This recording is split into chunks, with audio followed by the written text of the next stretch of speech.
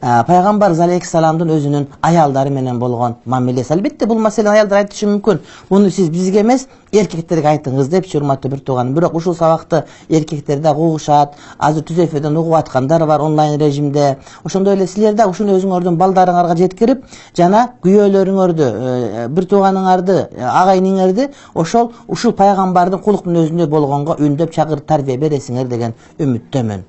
Аллах Таала бизди Кур'ан-ы Каримде пайгамбарды ээрчегенге буйрук берген.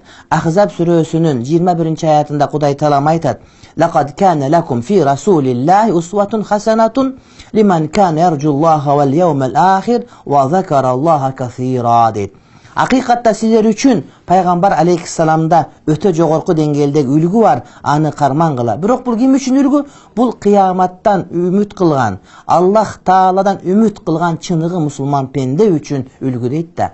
Эгерде бейишке баранды үмүт кылбасаң, пайгамбардын жолдо бактылуу болом дебесең, анда сага үлгү эмес. Бул кимге үлгү? Бактылуу болууну каалагандарга, Кудайдын астында таква пенде болууну каалагандарга, пайгамбардын сүннөтүн аткарып, түбөлүк бактылуу болууну каалагандарга үлгү. Бирок түрмөгө түшкөндөргө, түрмөгө түшкүсү келгендерге, адам өлтүргүсү келгендерге, тозокко баргысы келгендерге, акмак болгусу келгендерге пайгамбарым үлгү эмес. Пайгамбарым кимде ким бактылуу болуп, жана башкаларды бактылуу кылгысы келгендерге, түбөлүк бакыттын ээси болгусу келгендерге пайгамбарыбыз эбегейсиз зор үлгү.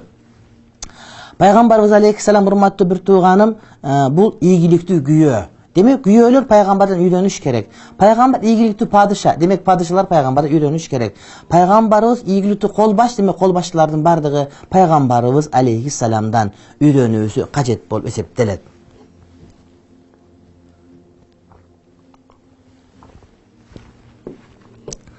Пайгамбарыбыз алейхиссалам аялдары менен болгон мамиледе биздин бардыгыбызга үлгү, бизге караңгыда жол көрсөткөн чырак болуп эсептелет. Адамдар дайыма жогору болгонго, бийик болгонго, аял менен мамиле кылууда мындай бир көркөм мамиле кылууга үндөгөн, урматтуу бир тууганым. Анткени аялдарга болгон мамиле бул үй бүлөнүн мамилесинин таасири коомчулукка тийгизет. Эгерде эртең аялын урушуп чыккан болсо, келип ал өзүнүн шакирттери дагы шакирттерин урушуп, кеч кызычуу болуп жүрө берет. Демек, ошол үй бүлөдөн башталат деген сөз да. Аялын урушуп кетсе, ал балдарын урушуп, балдар школага барып, мектепте муштажып, аны көрүп эжекей урушуп отуруп, коомдун баары бузулат.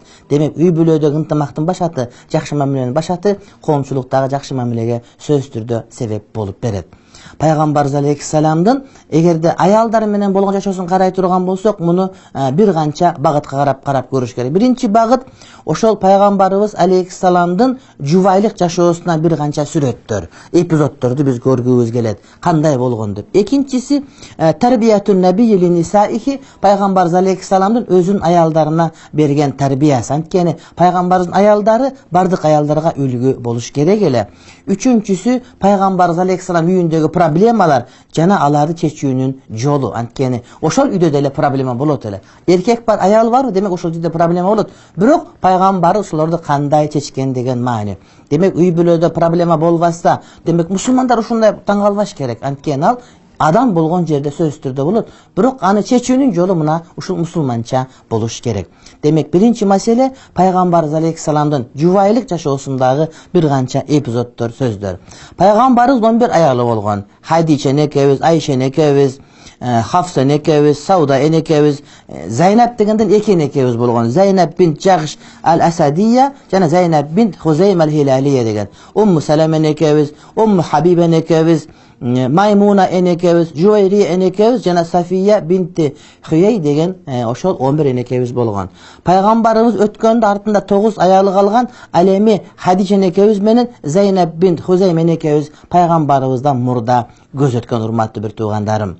Пайгамбарыбыз алейхиссалам өзүнүн таза, өзүнүн ариеттүү аялдары менен бактылуу өмүр сүргөн. Ошол жашоосунун өзү бизге үлгү болуп берет. Анткени Кудай Тааланын элчиси дин менен жашаган, Куран менен жашаган. Ал эми Кур'ан-ы Каримде Ниса сүрөсүнүн 19-аятында Кудай Таалам айтат: "Ва аширухунна бил ма'руф". Өзүңөрдүн аялдарыңарга жакшылык менен мамиле кылып, алар менен ынтымакта жашагыла деген аят бар. Пайгамбар алейхиссалам кана хулукул Кур'ана, анын кулуктун өзү Кур'ан эле дегенде пайгамбарыбыз аялдары менен болгон мамиледе дагы эң бир үлгүлүү жашоону жашап өткөн. Пайгамбарыбыз алейхиссалам, урматтуу бир тууганым, бүт бардык жакшылыкты өзүнүн аялдарына берген. Пайгамбар алейхиссалам айтат: хайрукум ли ахлихи ва ана хайрукум ли ахли. Силердин эң жакшыңар ким билесиңер? Силердин эң жакшыңар өздөрүнүн аялдарына, балдарына жакшы мамиле кылганыңар деди. Мен силердин эң жакшырагыңармын, өз үй бүлөсүнө жакшы мамиле кылууда деп пайгамбарыбыз ушинтип баяндап айтып өтүп кетти, урматтуу бир тууганым. Пайгамбарыбыз алейхиссалам деген адамдар ээрчи турган болсо, эгерде үй бүлөсүндөгү аялдарына, балдарына мамиле кылууда, анда көптөгөн проблемалар чечилип, биздеги проблема деген нерселер проблема болбой калат эле, урматтуу бир тууганым. Эгерде биз азыр карап көрсөк, адамдардын окуяларын гезитте окусак, же маселе сурап келгендерди көрсөк, ар кандай проблемаларды көрөбүз. Урушуп аткан, талашып аткан, башка болуп аткан. Ал эмес, никеге караганда талактын дагы саны көбүрөөк болгондугун кээ бир өлкөлөрдөн ачык эле баяндалып калат. Адамдар талак берүү, ажырашып кетүү деген нерсени кадимки эле тамак ичкенде, суу ичкенде көрүп калды, урматтуу бир тууганым. Демек, мына ушул талак маселесинин көп болгондогусу, проблеманын көп болгондогусу пайгамбарыбыз алейхиссаламдын үй бүлөсүнө болгон мамилесинин жок экендигинен кабар берип турат. Пайгамбар алейхиссалам бизге, урматтуу бир тууган, үлгү. Ошондой эле аялдардын аялдык мамилесине, аялдык кылык жоругуна сабыр кылууда дагы биз үчүн үлгү болуп эсептелет. Пайгамбарыбыз алейхиссалам аялдары менен чогуу олтуруп күн сайын көрүшкөнгө аракет кылат эле. Пайгамбарыбыздын аялдары көп эле, бирок ар бири менен күн сайын учурашып турат эле. А биздики кандай? Кээ бир аялдар эки аялы боло турган болсо, бир аялы менен жашай берет дагы, экинчи аялын 15 күндө бир көрүп, же бир айда бир көрөт. Булар аялдарына зулумдук кылган эркектер, булар пайгамбардын сүннөтүн аткарбаган эркектер, андай болуп эсептелбейт, андай туура эмес, урматтуу бир тууганым. Анын үйүнө түнөбөсө дагы, бирок сөзсүз түрдө бир күндө бир жолу барып, алар менен салам айтып, алабалын сурайт эле. Ибн Аббас айтат: كان رسول الله صلى الله عليه وسلم إذا صلى الصبح جلس في مصلاه وجلس الناس حوله حتى تطلع الشمس ثم يدخل على نسائه امرأة يسلم عليهن ويدعو لهن فإذا كان يوم إحداهن كان عندها. Пайгамбар алейхиссалам багымдат намаз окугандан кийин намаз окуган жеринде олтурат эле, жанында сахабалар олтурушат эле күн чыкканга чейин. Качан күн чыкканда намазын окуп, башка кылып, дуа кылып, кийин аялдарына барып, ар бирине кирип чыгып салам айтат эле дейт. Ар бирине өзүнчө кирип буга салам айтып, андан кийин буга салам айтып, анын акырында ошол түнү кимдикинде кала турган болсо, ошол жерде эс алып, ошол жерде пайгамбар алейхиссалам калат эле дейт. وفي آخر النهار يجالسها جلسة يحادثها فيها ويؤانسها дейт.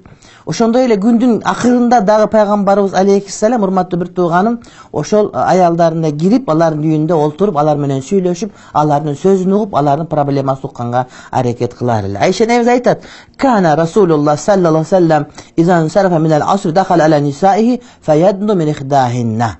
Пайгамбарыбыз асыр намаз окугандан кийин аялдардын үстүнө кирип, алардын бирине жакын болот эле. Аны өп, балким кучакташы мүмкүн, бирок асырдан кийин жыныстык мамиледе болбойт эле, бирок ошолор менен бир жакын жубайлык мамиледе болот эле дейт. Демек, урматтуу бир тууган, пайгамбар алейхиссалам аялдары менен дайыма жакшы мамиледе болуп, алар менен катташып, алардын алабалын сурап турган.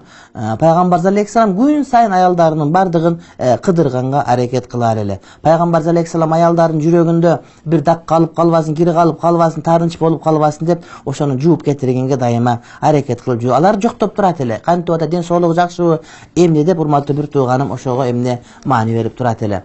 Пайгамбарыбыз алейхиссалам, урматтуу бир тууган, бизге үлгү. Кээде бизде адамдар кандай кечке достору менен жүрөт, эрте менен досу менен, түштө досу менен, кечинде досу менен, анан түндө 12 жарымда келет дагы төшөкөзүн таштайт, сени билбейт, урматтуу бир тууганым. Кээде кээ бир адамдарыбыз бар, үйүнө келет, келгенден телефонго кирип кетип, телефонду карап, Facebook, башка телефондогу патмазура, ишма ташпатын барын карап отурат, үйүндөгү жубайына бир оз сөзүн сүйлөбөй коет. Жубайы күтүп олтуруп, уктап кете берет. Жубайы менен сүйлөшкүсү келбейт. Кээ бир адамдар бар, жанагы үйлөнгөнгө чейин аны менен сүйлөшкүсү келип, түндө бар чыкпай койсо, үшүп турат, анан үйлөнгөндөн болду, алып алдым, каяка барат эле деген үйгө таштап коюпту, кайра достору менен кетип калат. Антип үйлөнүп эмне кылат? Досторуңа тийип албайсыңбы, же алып албайсыңбы деген айта турган, одон айта турган адам жок, урматтуу бир тууганым. Демек, ошол үйгө дагы аялдарга убакыт бөлүп, ошолордун сөзүн угуп, алар менен сүйлөшүп, алар менен мамилелеш болгонго эркек киши сөзсүз түрдө аракет кылыш керек. Бул пайгамбар алейхиссаламдын өзүнүн бизге көрсөткөн тарбиясы, мына ушундай, урматтуу бир тууганым.